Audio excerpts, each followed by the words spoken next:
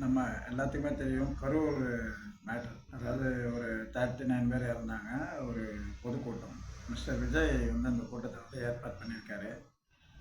இதுவரைக்கும் பலதரப்பட்ட சமூக ஊடகங்கள் வந்து இதுக்கு வந்து எதிர்ப்பு தெரிவிச்சிருக்காங்க.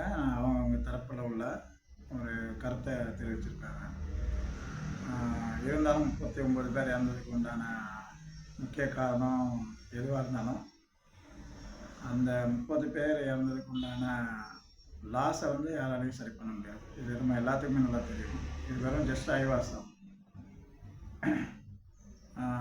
ஒருத்தர் வந்து சேனல் ப்ரமோட் பண்ணால் இன்னொருத்தர் வந்து அவங்க டிவி சேனல் வந்து இது பண்ணலாம். இல்லைன்னா டிஆர்பிக்காக அவங்க ஏதாவது ஒரு ஆளை கை காட்டலாம், எதிர்கட்சி கை காட்டலாம், ஆளுங்கட்சி கை காட்டலாம், மிஸ்டர் விஜய் கை காட்டலாம், அவங்களுடைய நடைமுறை, அவங்களுடைய எல்லா காரணங்களையும் காட்டலாம், என்ன வேணாலும் சொல்லலாம். ஸோ குற்றம் யார் மேலே இருக்குது அப்படின்னு பார்த்தாச்சுன்னா பொதுமக்கள் மேலே தான். இந்த கூட்டம் எதுக்கு நடக்குதுன்னு ஒரு தெளிவு இருக்கணும். இந்த கூட்டத்துக்கு யார் போகணும், யார் போகக்கூடாது அப்படிங்கிற ஒரு தெளிவு இருந்தாலும்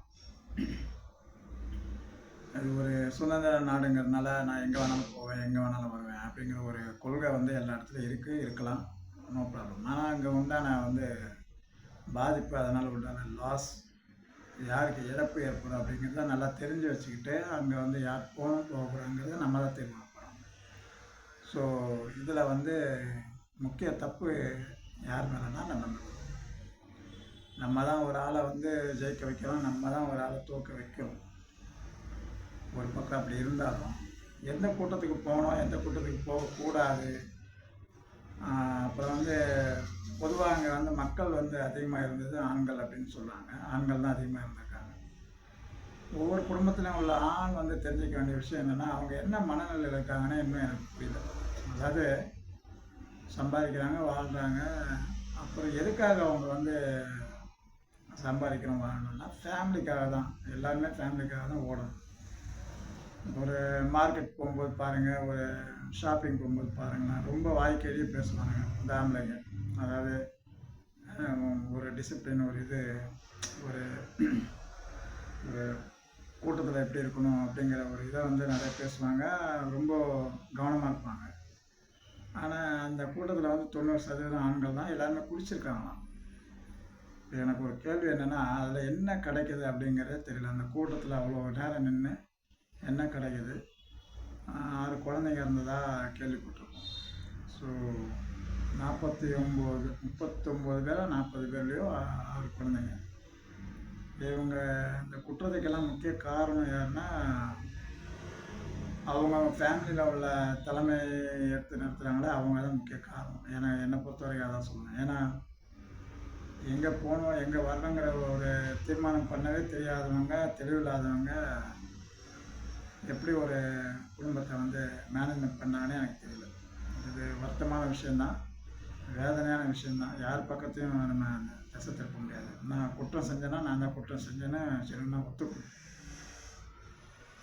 கூட்டத்துக்கு யார் போகணும், யார் போகக்கூடாது, எந்த கூட்டத்துக்கு போகலாம், எந்த கூட்டத்துக்கு போகக்கூடாது, அது தேவையான மக்கள் நம்ம வாழ்க்கைக்கு அது தேவையாங்கிறத முதல்ல டிசைட் பண்ணிக்கணும். ஓகேவா? ஒரு சினிமாவுக்கு போகிறோம், ஒரு பொது நிகழ்ச்சிக்கு போகிறோம், ஒரு பொது கூட்டத்துக்கு போகிறோம், எல்லாமே வந்து நம்ம சுயமாக தான் ஒரு முடிவு எடுத்துகிட்டு செய்யணும். ஸோ அப்படி இருந்தாலுமே அதில் வந்து விபத்து நடக்கிறா, விபத்து தான் அப்படின்னு, நான் விபத்து நடக்காதா அப்படின்னு கேட்பாங்க. விபத்து நடக்காதா? ஆமாம், விபத்து நடக்க தான் செய்யும். அதுக்கு நடக்க முக்கிய காரணமே யாருன்னா நம்ம தான். அந்த 40 பேர் இறந்ததுக்கு உண்டான முக்கிய காரணமே நம்ம தான். நம்ம கூட்டத்துக்கு போகல அப்படின்னா, அன்னெசரியாக அங்கே கூட்டம் சேரலை அப்படின்னா அங்கே எந்த இறப்புமே நடந்திருக்காது. ஸோ விஜய் வந்து 2:30 மணிக்கு வர்றதா இருந்தது, 7:30 மணிக்கு வந்திருக்காதுன்னு சொன்னாங்க. ஒரு அம்மாவுக்காக, ஒரு அப்பாவுக்காக, ஒரு ரயில்வே ஸ்டேஷன்லையோ, ஒரு பஸ் ஸ்டாண்ட்லேயோ, ஒரு அக்காவுக்காக, ஒரு தங்கச்சிக்காக, ஒரு தம்பிக்காக, ஒரு அண்ணனுக்காக நீங்கள் எவ்வளோ நேரம் வெயிட் பண்ணியிருப்பீங்க? ஒரு அரை மணி நேரம், இல்லை ஒரு 1 மணி நேரம், இல்லை ஒரு 3/4 மணி நேரம், இல்லை ஒரு 2 மணி நேரம்? யாராவது சொல்லுங்கள் பார்க்கலாம். யாருமே அவ்வளோ நேரம் வெயிட் பண்ணிக்க மாட்டாங்க. 10 நிமிஷம் இல்லை 12 நிமிஷத்துக்கு மேலே எவனும் வெயிட் பண்ண மாட்டான். நான் கிளம்புறேன், நீ வா, வீட்டுக்கு வா, ஆட்டோ பிடிச்சி வீட்டுக்கு வந்துட்டு போயிட்டுருக்கோம். ஆனால் ஒரு தனிப்பட்ட ஒரு ஆள் கூட்டத்தை சேர்க்குறங்கிறதுக்காக நீங்கள் 2:30 மணிக்கு வரன ஒரு பர்சனுக்கு முன்னாடியே போய் 7 மணி வரைக்கும் வெயிட் பண்ணியிருக்காங்க. கிட்டத்தட்ட 5 மணி நேரம் அந்த கூட்டம் வந்து அங்கே நின்றுருக்கு. எந்த வித சேஃப்டி இல்லாமல், எந்த சோர்ஸும் இல்லாமல், தண்ணி குடிக்க வழி இல்லாமல், தண்ணி அடிக்கிற கடை தான் 2 இருக்குது. அதாவது குடிக்கிற கடை தான் 2 இருந்திருக்கு. அங்கெல்லாம் ஏகபோகமாக 5% எக்ஸ்ட்ரா வியாபாரம் இருக்கிறதா சொல்லுவாங்க, சேல்ஸாக இருக்கிறதா பல சேனல் வந்து ஸோ இது யாரோட தப்புன்னு சொல்லவே முடியல.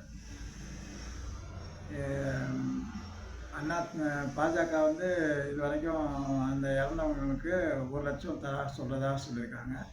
விஜய் தரப்பில் 20 லட்ச ரூபா தரதா சொல்லியிருக்காரு. இப்போ என்ன காரணம்னா, அவன் கேஷ் பண்ணிட்டா எல்லாம் முடிஞ்சது. அதாவது இப்போதைக்கு ஆஃப் பண்ணுறது, அந்தந்த டிவி சேனல் வந்து 1 வாரம் 2 வாரத்துக்கு வந்து நல்லா வீரியமாக இருப்பாங்க இந்த நியூஸில். அடுத்த ஒரு நியூஸ் கிடைக்கும். இதே மாதிரி பொதுமக்கள் தான் தப்பு பண்ணுவாங்க. பொதுமக்கள் தப்பு பண்ணுறதுக்காக தான் அவங்க இருக்காங்க, ஓகேவா?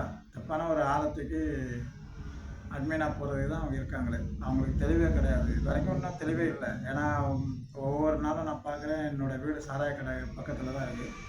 ஒவ்வொரு நாளும் பார்க்குறேன், சாராய கடையில் கூட்டம் இருந்துக்கிட்டே தான் இருக்குது. அவங்க எதுக்காக நிற்கிறாங்கிறது இது வரைக்கும் எனக்கு ஒரு கேட்க முடியாத கேள்வி, கேட்டால் பதிலும் சரியாக வராத கேள்வி. ஸோ வாழ்க்கையில் அவங்க வந்து நிறைய குடும்பங்களில் வந்து தெளிவு இல்லாமல் தான் இன்னும் இந்தியாவில், அதுவும் தமிழ்நாட்டில், மொத்தத்தில் தமிழ்நாட்டில் தெளிவே இல்லாமல் தான் இருக்காங்க. ஒரு ஆட்சியாளர்களும் சரியாக வைக்க தெரியாத அளவுக்கு தான் தெளிவு இல்லாமல் இருக்காங்க.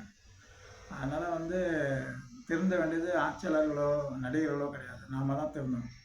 நாம் திருந்தலை அப்படின்னா நாம் எல்லாம் நாசமாக தான் போகும். அதுக்கு வந்து இந்த கரூரில் வந்து போட்ட பொதுக்கூட்டம் தான் காரணம். விஜய் போட்ட பொதுக்கூட்டம் தான் காரணம். நாம் திருந்தாத வரைக்கும் நம்ம கொஞ்சம் கொஞ்சமாக நாசமாக போய் அழிஞ்சு போவோம் தான். இது வந்து ஒரு எக்ஸாம்பிள், ஒரு நியூஸ் தான் 4 நாளைக்கு முன்னாடி நடந்த கரூரில் உள்ள பொதுக்கூட்டம். இதை பற்றி பேச ஒன்றுமே கிடையாது. இது மொத்தத்தில் நம்மளுடைய ஓன் மிஸ்டேக் இது, ஓகேவா? அதனால் குழந்தைங்கள, சின்ன குழந்தைங்களே அவங்கக்கிட்ட சொல்லி வளங்க, நல்லது எது கெட்டது எது அப்படின்னு சொல்லி வளர்த்தா தான் அவங்க வளர வளர அவங்களுக்கு வந்து ஒரு விஷயத்தை வந்து டிசைட் பண்ண தெளிவாக முடிவெடுக்க தெரியும். இல்லைனா இது ஒன்றும் அவங்க இப்படி தான் தெளிவில்லாமல் தான் சுற்றுவாங்க. 1.5 லட்ச ரூபா கொடுத்து பைக் வாங்கி கொடுக்குற பேரண்ட்ஸும் தெளிவில்லாமல் தான் இருக்காங்க. உங்களுக்கு அந்த பைக்கு தேவை இல்லை அப்படிங்கிற ஒரு விஷயமே அவங்களுக்கு தெரியல. ஸோ அப்படி இருக்கும்போது பேரண்ட்ஸே முதல்ல வந்து அண்டர்ஸ்டாண்ட் பண்ணணும், வாழ்க்கையை வந்து அண்டர்ஸ்டாண்ட் பண்ணணும். அவங்களே பேசி ஒரு முடிவு வரணும். எது பண்ணணும் எது பண்ணக்கூடாதுங்கிறது பேரண்ட்ஸுங்கிட்டே முதல் தெளிவு கிடையாது. பள்ளிக்கூடம் தேர்வு பண்ணுறதும் ஒரு தெளிவு இல்லை. அவன் சேர்க்குறான் இவன் சேர்க்குறான்னா பள்ளிக்கூட விஷயத்துலையுமே டிஃப்ரெண்ட்டாக இருக்காங்க. அதாவது என் பிள்ளை இந்த பள்ளிக்கூடத்தில் படித்தா தான் படிக்கும் அப்படிங்கிற ஒரு இதுக்கே வராங்க அவங்க.